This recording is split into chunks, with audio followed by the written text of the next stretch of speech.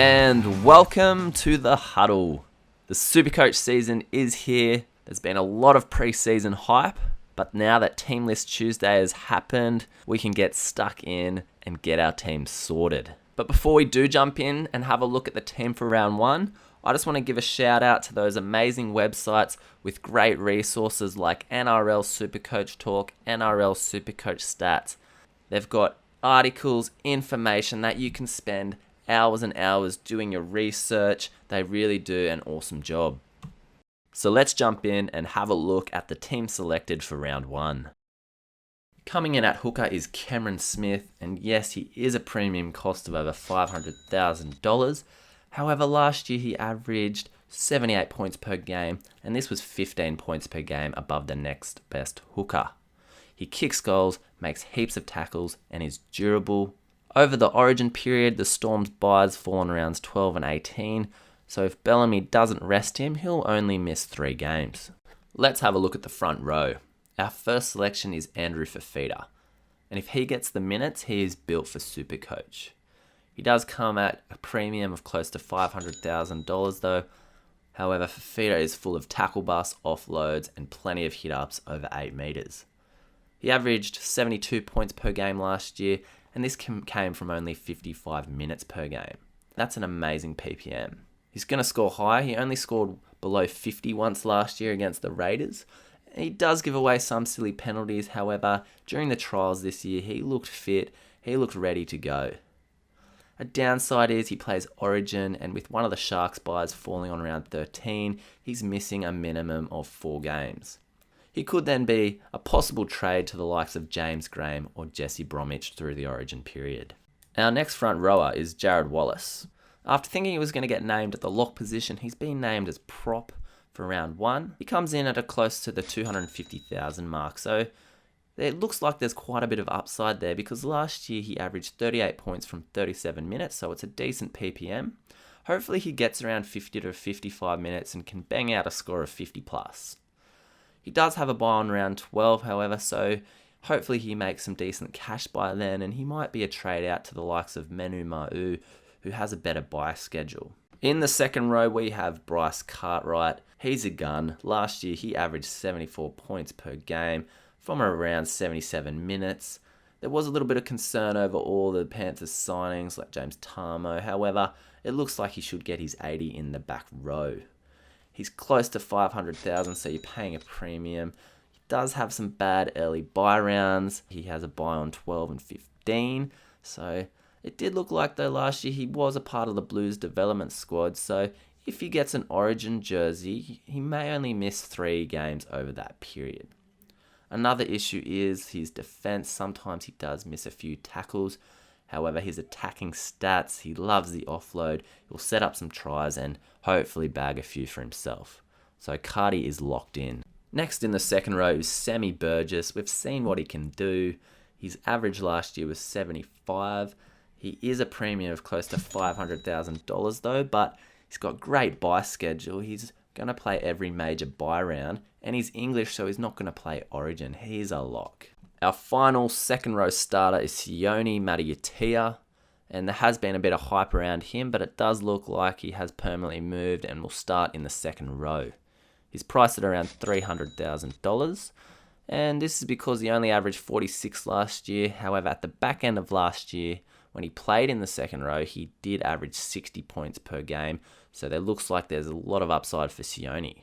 The main consideration here is his minutes. However, he should play the 80. It's just the likes of Barnett and Bura there as well. Buys are unfavourable. The Knights don't play the first 2 big buy rounds, rounds 12 and 15, so hopefully he's made a bit of cash by then and can be traded to someone like Simon Mannering or Manu Ma'u. Let's jump in and have a look at the halves. At halfback, we have Jonathan Thurston. He's a beast. He's involved in everything at the Cowboys, and he's the kicker. He is $467,000 though, so you are paying a premium. He has a couple of hard fixtures straight up, but then it looks like he has a nice run. Okay, his average last year was 70 points per game. Downside, obviously, he plays Origin. However, with the buys falling for the Cowboys on the major buy rounds, if he's not rested, he'll only miss 3 games. In at 5'8", we have Sean Johnson, and yes, I am boarding the roller coaster. Looks like that quad injury that was hampering him last year is behind him. He did retain the kicking duties from Isaac Luke in the last trial. Even if he's not kicking last year, he averaged 67 points per game. When he was kicking, it went up to 69 points per game. Those few games where he was injured, if you take them out of the equation, his average goes up to 75. So his pedigree, he's got that step. He'll be able to get some tackle busts, set up tries, and with Roger Tuivasa-Sheck there now, they should be able to combine for a lot of points. Another great thing with the Warriors is the early schedule. It looks inviting. They've got the Knights first up at home. The last time they versed the Knights, it was 50 points to 14 at Mount Smart. So lock him in. He also could be a good captain option. Looking at the wings and centers now, our first selection is Tommy Trbojevic. He's got that number 1 jersey. He's priced at $437,400, so we're paying a bit for him here. But this could be his year to secure that fullback spot and just go to another level. His last year average was 61 points per game, and a lot of the time he was doing it on an injured ankle. So he's looking fit. He had a decent impact in the trial games. Downside is he does not have an ideal bye schedule as the Eagles don't play rounds 12 and 18. However, last year being on the Origin development squad, he may get a Blues jersey this year and will only miss, if he doesn't get rested, 3 games. Our next centre wing is Dylan Walker. Looks like the Halves experiment at Manly is done for him. He's back in that centre position and priced around $300,000. This is based off around a 45 point per game average, but now he's back in that centre position. It looks like there's a lot of upside and cash to be made. It also looks like he's got the goal kicking, so he should be able to get a few more points there. We've seen him before. He's dangerous in open space, and hopefully he combines well with Tommy Turbo. Our next centre wing is Dean Vare, a former New Zealand international centre. He's returning from a bad injury run. He's done his ACL. However, priced at $143,600, there seems to be quite a bit of upside there. Before the injury, he was averaging around 45 to 50 points, so he's got a great discounted price to start with. There's a little concern over DWZ, Dallin Watene-Zelezniak, lingering there.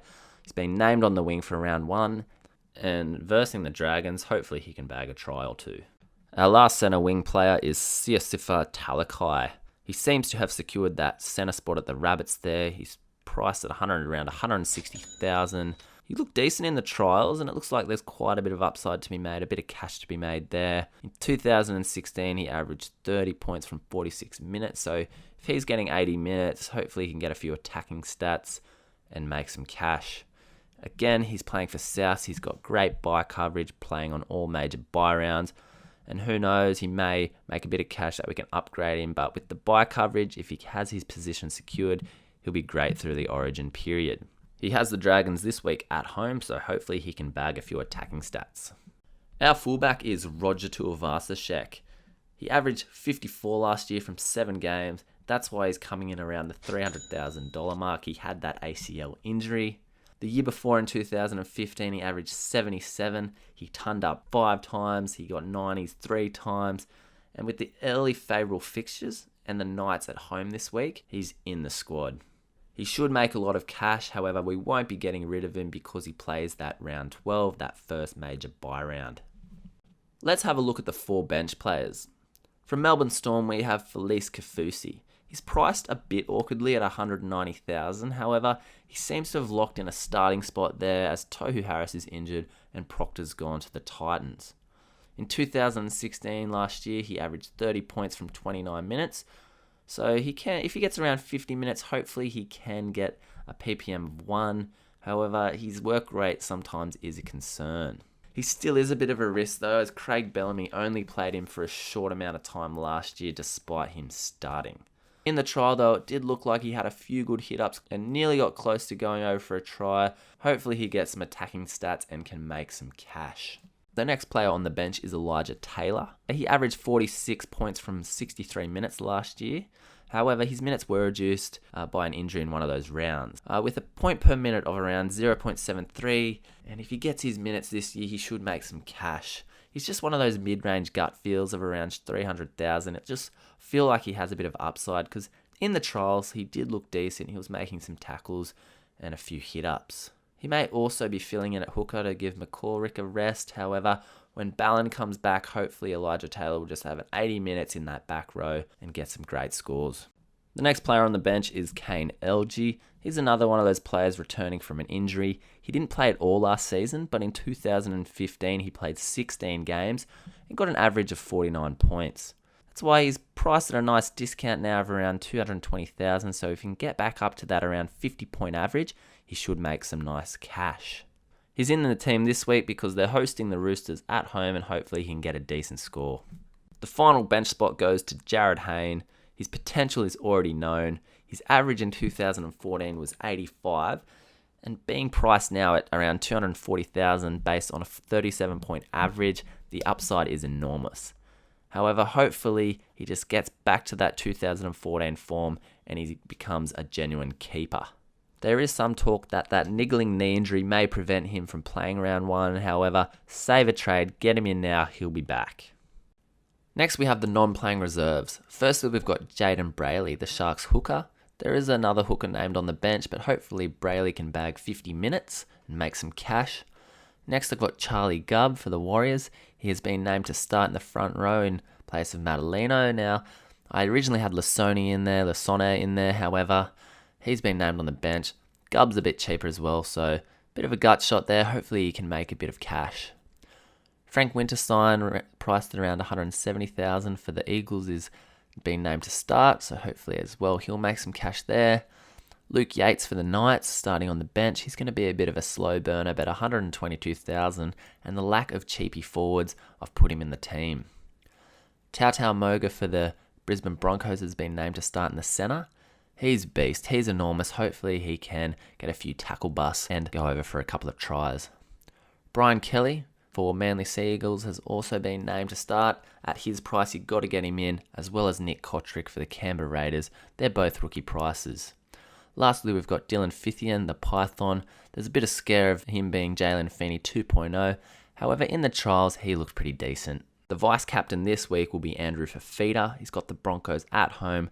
That's a night game on Thursday night. But let's have a look at who we're going to pick as captain. And the captain for round 1 is Roger Tuivasa-Sheck. RDS averaged 53.86 last year, but we know this was an injury-riddled season. The year before he averaged 77, so we know what he can do. He's got the Knights next. He averages around 83 points over the last few seasons against them, and at Mount Smart Stadium over the last few seasons, he has an average of 62.2.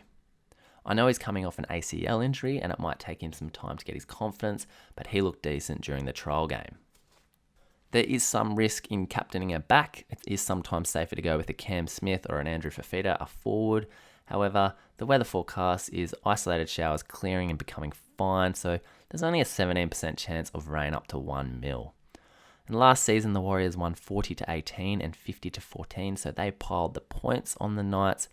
Let's hope Roger Tuivasa-Sheck RDS gets involved and gets us a great score. That's the team for round 1. Be sure to check the team list released 1 hour before the game, as you don't want to get a nasty shock. You want to have time to make those last minute trades if you need. I'll also be reposting those teams 1 hour before the game on the Supercoach Huddle Twitter. I'll also let you know on there if any changes need to be made for the team. But all the best for round 1. Let's go.